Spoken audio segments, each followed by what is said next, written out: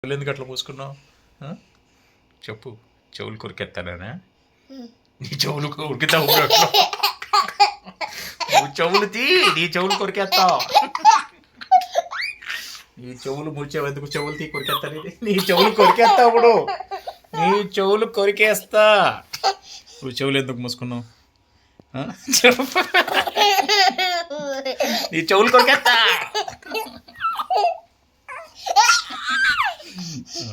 నీ చెవులు అది సారీ చెప్పు. అది